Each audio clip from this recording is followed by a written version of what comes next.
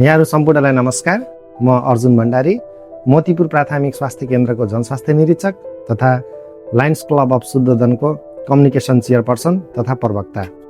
आज म यहाँहरूलाई सुगर रोग यानि कि डायबिटिज अथवा हाम्रो नेपाली बोलीचालीको भाषामा चिनी रोगको बारेमा केही कुरा सामान्य रूपमा यहाँहरूलाई बुझाउने कोसिस गर्दैछु। डायबिटिज भनेको के हो त, यानि कि सुगर रोग भनेको के हो त, चिनी रोग भनेको के हो त भन्दाखेरिमा सामान्यतया रगतमा ग्लुकोजको लेभल आवश्यकता भन्दा बढी हुनुलाई चिनी रोग भनेर भनिन्छ। खाली पेटमा रगत निकाल्दाखेरिमा भन्नाले 8 घण्टादेखि लिएर 12 घण्टाको बिचमा खाली पेट रहेको अवस्थामा रगतलाई झिकेर थुतेर ल्याबमा टेस्ट गर्दाखेरिमा आएको ब्लडको भ्यालु यदि 70 देखि 100 को बिचमा छ भने त्यसलाई नर्मल मानिन्छ। त्यस्तै खाना खाएको 2 घण्टा पछिको ब्लड ग्लुकोज लेभल ठिक नाप्दाखेरिमा 70 देखि 140 को बिचमा छ भने त्यसलाई हामीले नर्मल ब्लड ग्लुकोज लेभल भनेर भन्दछौँ भने रेन्डम ब्लड सुगर भनेको जुनसुकै बेलामा पनि व्यक्ति बिरामी आएको बेलामा जुनसुकै बेला बखतमा पनि रगत निकालेर नापिन्छ भने त्यसलाई हामीले रेन्डम ब्लड सुगर भनेर भन्छौँ, जसको नर्मल भ्यालु रेन्ज चाहिँ कति हुन्छ त 70 देखि लिएर 140 सम्म हुन्छ। तर पिपिबिएस बिरामी डायबेटिक भएको बिरामीमा पिपिबिएस को लेभल चाहिँ 180 mg/dl लाई चाहिँ नर्मल भ्यालु भनेर मानिन्छ।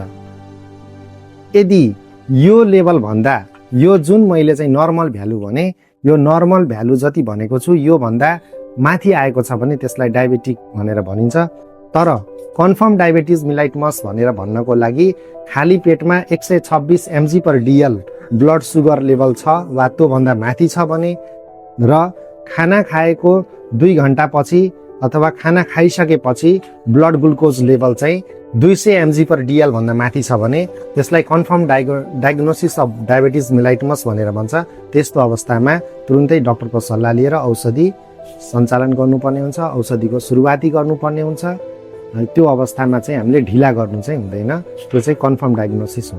र रेन्डम ब्लड सुगर 200 mg/dl भन्दा बढी छ र त्यसका लक्षणहरू पनि छन्, साइन सिम्टमहरू पनि देखा परिरहेका छन्, जस्तै पोलियुरिया, पोलिडिप्सिया, पोलिफेजिया भन्छ हैन, बढी भोक लाग्नु, बढी तिर्खा लाग्नु, बढी पिसाब लाग्नु, त्यस्तो अवस्था भयो भने चाहिँ सुगरको लक्षणहरू हुन्। जस्तै हात खुट्टा झमझमाउनु, अनि गएर चाहिँ हातमा खुट्टामा घाउहरू भयो भने चाँडो निको नहुनु, धेरै समय लामो समयसम्म उपचार गर्दा पनि निको नहुनु, त्यस्तो अवस्थामा चाहिँ डायबिटिजका लक्षणहरू देखा पर्दछन्। त्यस्तो कन्डिसन लिएर चाहिँ यदि कोही बिरामीहरू आउनुहुन्छ भने उहाँहरूको ब्लड सुगर अनिवार्य रूपमा चाहिँ चेकअप गर्नुपर्ने हुन्छ।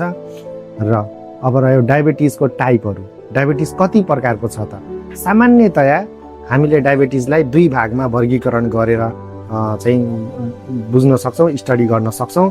एउटा डायबिटिज टाइप 1 भन्ने छ, अर्को डायबिटिज टाइप 2 भन्ने छ। टाइप 1 डायबिटिज मिलाइटमस भनेको के हो भन्दाखेरिमा शरीरमा चाहिँ हाम्रो के हुन्छ भन्दा पेनक्रियास भन्ने एउटा ग्रन्थि हुन्छ। पेनक्रियास भन्ने ग्रन्थिमा चाहिँ बिटा सेल हुन्छ। त्यो बिटा सेलले के गर्छ भन्दाखेरिमा इन्सुलिनको मात्राको प्रोडक्सन गर्छ। इन्सुलिन भनेको एउटा हर्मोन हो जसले चाहिँ के गर्छ, रगतमा ब्लड ग्लुकोजको लेभललाई चाहिँ सन्तुलन राख्ने काम गरिरहेको हुन्छ। तर टाइप 1 डायबिटिज मिलाइटमसमा के हुन्छ भन्दाखेरिमा इन्सुलिनको उत्पादनै हुँदैन। यस्तो बिरामीलाई हामीले के गर्छौँ भन्दाखेरिमा इन्सुलिनको सुई मार्फत चाहिँ उपचार गरिरहनु पर्छ। यसलाई चाहिँ अरू औषधिले चाहिँ काम गर्दैन। त्यस्तै गरेर अर्को टाइप 2 डायबिटिज मिलाइटमस भन्ने हुन्छ। टाइप 2 डायबिटिज मिलाइटमसमा के हुन्छ भन्दाखेरिमा शरीरले चाहिँ इन्सुलिनको उत्पादन चाहिँ गर्छ, तर इन्सुलिन के हुन्छ भन्दाखेरिमा रेसिस्टेन्स हुन्छ। अनि सेलमा चाहिँ ब्लड ग्लुकोज लेभल जान नसकेपछि के हुन्छ भन्दाखेरि रगतमै थुप्रिएर रहन्छ। त्यसरी रगतमै थुप्रिएर रहिसकेपछि के हुन्छ भन्दाखेरि हामीलाई फेरि ब्लड ग्लुकोजमा चाहिँ के हुन्छ, ब्लडमा चाहिँ ग्लुकोजको मात्रा अत्याधिक हुन्छ, जसलाई टाइप 2 डायबिटिज मिलाइटमस भनेर भनिन्छ।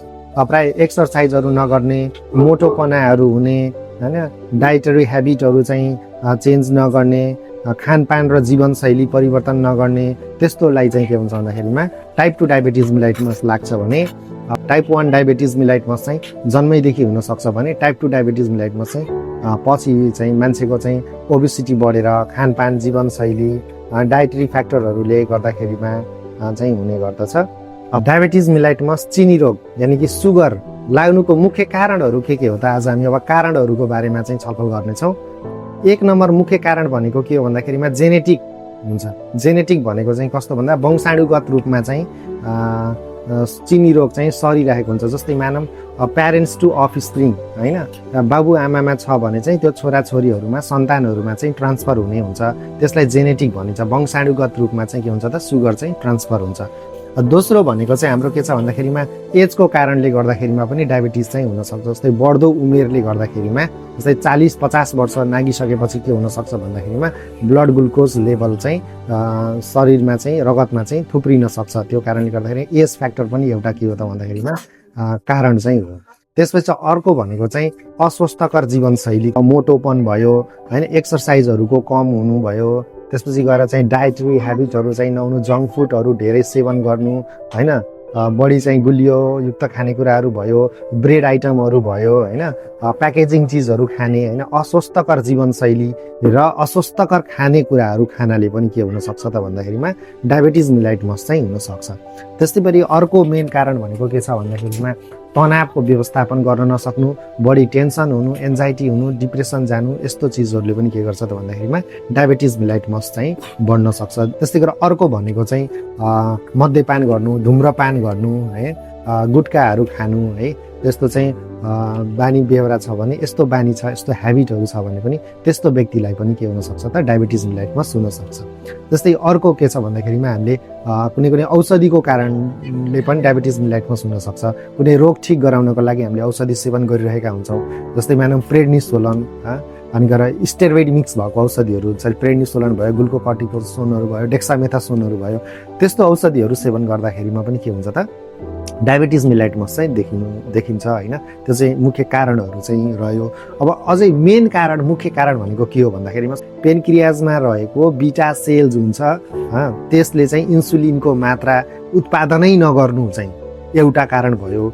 अर्को चाहिँ के छ भन्दाखेरिमा इन्सुलिन चाहिँ उत्पादन भए तापनि त्यो इन्सुलिनको प्रयोग चाहिँ राम्रोसँग सेलमा प्रयोग चाहिँ हुन नसक्नु, शरीरले प्रयोग चाहिँ गर्न नसक्नु चाहिँ के हो त भन्दाखेरिमा डायबिटिज हुनुको मुख्य कारणहरू चाहिँ त्यो रह्यो भने, तर चाहिँ अरू सहायक कारणहरू चाहिँ जुन मैले अघि चाहिँ एक्सप्लेन गरेँ होइन, तिनी कारणहरू चाहिँ एउटा चाहिँ डायबिटिज मिलाइटमस लाग्नु, चिनी रोग लाग्नु, सुगर रोग भनौँ न लाग्नु चाहिँ त्यो मुख्य कारण रहेको छ। ग्लोबल ट्रेन्ड हेर्दाखेरिमा के देखिन्छ भन्दाखेरिमा अहिले विश्वभरि बसोबास गर्ने सम्पूर्ण मान्छेहरूको विश्वको जनसङ्ख्या मध्येको चाहिँ 59 करोड व्यक्तिहरूलाई चाहिँ के छ भन्दाखेरि डायबिटिज मिलाइटमस भएको देखिएको छ भने सन् 2050 सम्ममा यदि ख्याल गरिएन भने अनुमानित रूपमा लगभग 853 मिलियन्स पिपललाई चाहिँ डायबिटिज मिलाइटमस हुने चाहिँ एउटा आकलन गरिएको छ। अब अहिले हामी चाहिँ साउथ इस्ट एसियामा बस्छौँ, जसमा चाहिँ के छ भन्दाखेरिमा चाइनामा सबैभन्दा धेरै चाहिँ डायबिटिज मिलाइटमसको केसहरू देखेको छ। वर्ल्डमै चाहिँ टप फर्स्टमा चाहिँ डायबिटिज मिलाइटमस चाहिँ चाइनामा देखेको छ। त्यस्तै गरेर हाम्रो छिमेकी राष्ट्र भारतमा चाहिँ दोस्रो नम्बरमा चाहिँ डायबिटिज मिलाइटमस देखेको छ भने पाकिस्तानमा तेस्रो नम्बरमा छ। हाम्रो छिमेकी मुलुकहरू मा चाहिँ डायबिटिज मिलाइटमस देखिरहँदाखेरिमा हामी नेपालीमा पनि के छ त भन्दाखेरि डायबिटिजको चाहिँ सङ्ख्या चाहिँ बढ्दै गइरहेको छ होइन। अब यो डायबिटिज मिलाइटमस अब जुनसुकै उमेर समूहलाई पनि हुनसक्छ होइन। इभन कि गर्भमा रहेको बच्चामा समेत चाहिँ डायबिटिज मिलाइटमस देखा पर्ने हुन्छ। अब ग्लोबल ट्रेन्ड हेर्दाखेरिमा अब नेपाल पनि यसबाट चाहिँ अछुतो चाहिँ छैन। लगभग नेपालकै सन्दर्भमा कुरा गर्दाखेरिमा 40% मान्छेदेखि लिएर 50% मान्छेलाई चाहिँ अचानक रगतको जाँच गर्न जाँदाखेरिमा चाहिँ डायबिटिज मिलाइटमस कन्फर्म डायग्नोसिस भएको देखिन्छ। विदाउट सिम्टम गएको हुन्छ नि, तर देखिएको छ। अब यसको चाहिँ अहिले कम्युनिकेबल डिजिज भन्दा पनि नन कम्युनिकेबल डिजिजहरूको मात्रा चाहिँ बढ्ने क्रममा रहँदाखेरिमा डायबिटिज मिलाइटमस पनि एउटा चाहिँ मुख्य जनस्वास्थ्यको समस्याको रूपमा देखा परेको छ। हाल गरेको एक तथ्याङ्कले के देखाएको छ भन्दाखेरिमा नेपालमा कुल जनसङ्ख्याको 8.5% व्यक्तिहरूलाई डायबिटिज मिलाइटमस भएको देखाएको छ, जसको उमेर समूह 20 वर्षदेखि माथि रहेको थियो। त्यस्तै डायबिटिज मिलाइटमसको 5वटा गर्भवती महिला मध्ये 1जना आमालाई चाहिँ डायबिटिज मिलाइटमस भएको चाहिँ देखिएको छ। ग्लोबल ट्रेन्डमा हेर्दाखेरिमा जे होस् डायबिटिज मेलाइटमसले मृत्यु हुनेको सङ्ख्या नेपालमा पनि दिनहुँ बढ्दो क्रममा रहेको छ। त्यसैले स्थानीय तह, प्रदेश सरकार लगायत सङ्घीय सरकारले यसमा प्लानिङ गरेर योजना बनाएर यो नसर्ने रोगलाई, यो जनस्वास्थ्यको समस्यालाई समाधानका लागि अझै बृहत रूपमा चाहिँ अगाडि बढ्नुपर्ने देखिन्छ।